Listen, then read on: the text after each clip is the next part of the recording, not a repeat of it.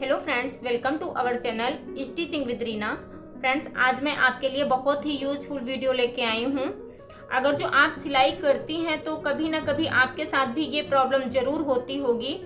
जैसे कि 38 inch blouse है तो उसमें हम आर्म होल कितना लेंगे या फिर शोल्डर कितना लेंगे। 50 इंच है तो उसमें हम आर्म होल शोल्डर कितना लेंगे, या फिर 40 इंच है, अलग अलग साइज में हम आर्म होल और शोल्डर कितना रखेंगे। तो मेरी आज की कोशिश यही रहेगी कि मैं आपको अच्छे से समझा पाऊँ और ये वीडियो आपको पसंद आए। तो प्लीज़ इसके लिए आप इस वीडियो को फुल वॉच करिएगा, वीडियो को स्किप मत करिएगा, ताकि ये जो जानकारी है ये आपको अच्छे से समझ में आ जाए। तो इसके लिए ये देखिए, ये जो कपड़ा है इसको हमने 4 फोल्ड में फोल्ड करके रख लिया है। इससे हमारे जो दोनों पार्ट हैं वो एक साथ ही कट के रेडी हो जाएंगे। और अगर जो आप हमारी वीडियो देखते हैं तो आपको पता होगा कि जो हम फ्रंट पार्ट लेते हैं वो हम 1 इंच बढ़ा के लेते हैं। तो इसी तरह से हमने इसको फोल्ड करके रखा है। जो फ्रंट पार्ट है उसको हमने 1 इंच बढ़ा के फोल्ड किया है। तो ये देखिए, इस तरह से इसको हमने फोल्ड करके रख लिया है। अब मान लीजिए यहाँ पे हमें 38 इंच का ब्लाउज कट करना है, तो उसका जो शोल्डर है वो हम नापते हैं तो वो 14 इंच या फिर 15 इंच आता है। तो उसमें हम 2 या 3 इंच हम कम कर देते हैं। और जो हम शोल्डर यहाँ पे कम करते हैं वो हमें जो नेक होता है उसके डीपनेस के हिसाब से हमें कम करना होता है। और मान लीजिए अगर जो हम कॉलर वाला ब्लाउज बनाते हैं तो उसमें हमें जितना शोल्डर होता है पीछे बैक हम नापते हैं उतना हमें फुल रखना होता है।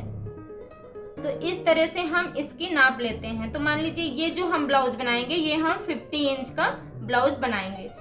तो यहाँ से इसका जो हम शोल्डर लेंगे इसका भी हम शोल्डर लेंगे 6 इंच। यहाँ पे भी हमें 6 इंच ही शोल्डर लेना है, क्योंकि ये जो नेक है ये हम 10 इंच तक का डीप रखेंगे बैक नेक। और यहाँ पे जो हम आर्म होल रखते हैं, आर्म होल भी हम 6 इंच ही रखेंगे। तो यहाँ पे भी हम 6 इंच रख लेंगे। और एक जानकारी मैं आपको और बता दूं कि क्या होता है कि अक्सर कुछ लोग क्या करते हैं कि जैसे बिग साइज ब्लाउज है तो यहाँ पे आर्म होल भी नीचे को हम थोड़ा सा ऐसे 7 इंच ले लिया या फिर 7.5 इंच ले लिया, इस तरह से बढ़ा के ले लेते हैं। तो इसको हमें बढ़ा के नहीं लेना होता है।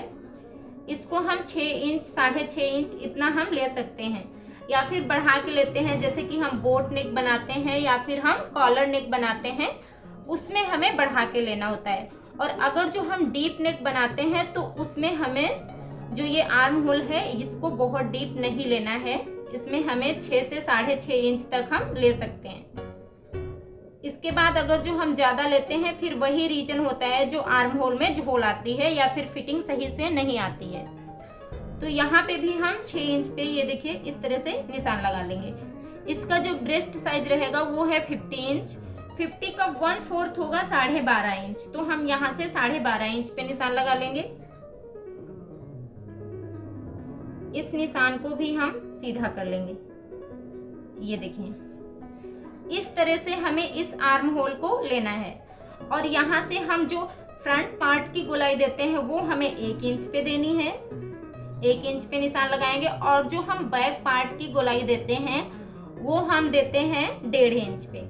तो इस तरह से आप निशान लगा के गोलाई देंगे तो एकदम परफेक्ट इसकी गोलाई भी बनेगी और आर्म होल का जो शेप है वो भी बहुत अच्छा आएगा और फिटिंग भी बहुत अच्छी आएगी। और यहाँ पे हम इसकी कमर का भी निशान लगा लेंगे। तो इसकी जो कमर है वो है 44 इंच। तो 44 का हम लेंगे 1/4 लेंगे 11 इंच। 11 इंच पे हम ये निशान लगाएंगे और इसमें हमें 1.5 इंच और प्लस कर लेना है। तो हम यहाँ पे भी 12.5 इंच पे निशान लगा लेंगे और इस निशान को भी हम सीधा कर लेंगे। ये देखिए। और यहाँ पे आप अपने हिसाब से जितनी लंबाई रखना चाहते हैं आप यहाँ पे इसकी लंबाई का भी निशान लगा लेंगे।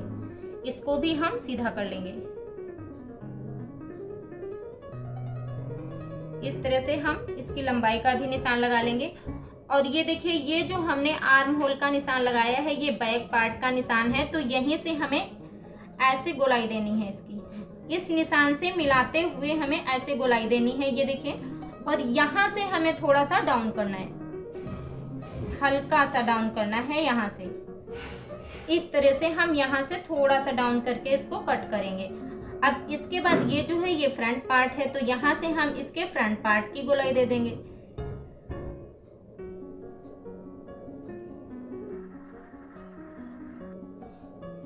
ये देखिए इस तरह से हमें आर्म होल की गोलाई देनी है। अब इसके बाद यहाँ पे हमें नेक का निशान लगा लेना है।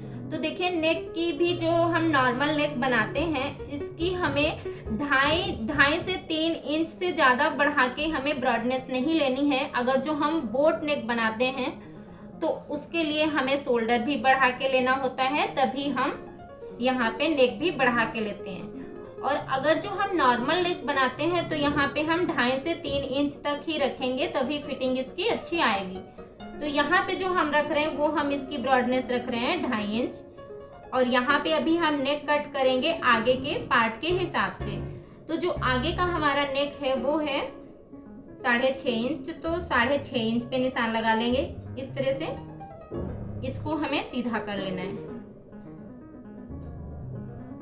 इस तरह से हमने ये निशान लगा लिया है। आप 3 इंच भी रख सकते हैं। अगर जो इससे ज्यादा बढ़ा के रखेंगे तो ये जो हमारे कंधे गिरते हैं, एक रीजन ये भी होता है कि हम क्या करते हैं कि नेक भी बहुत ज्यादा ब्रॉड करके कट कर देते हैं या फिर आर्म होल सही से नहीं कट करते।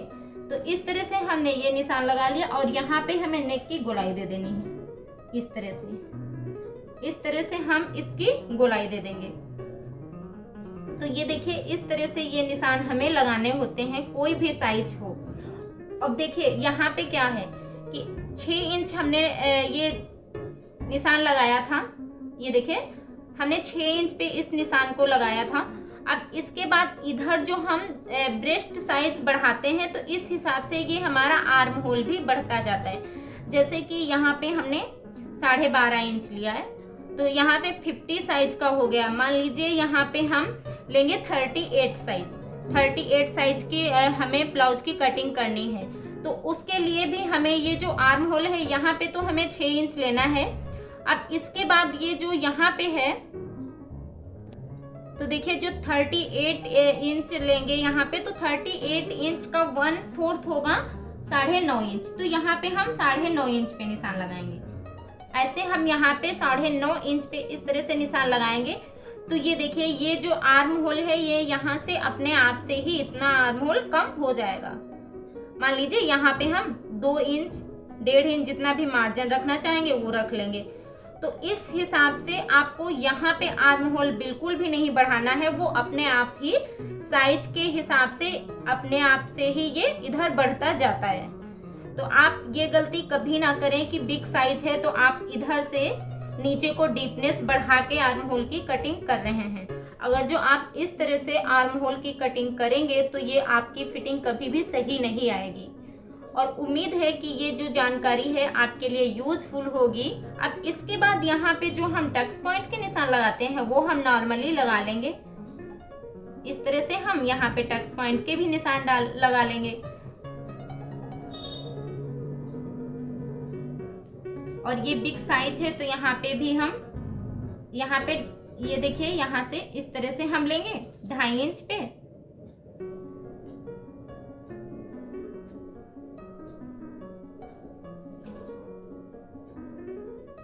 इधर भी हमें 2.5 इंच पे ही निशान लगा के इधर भी हमें एक टक्स डाल लेना है।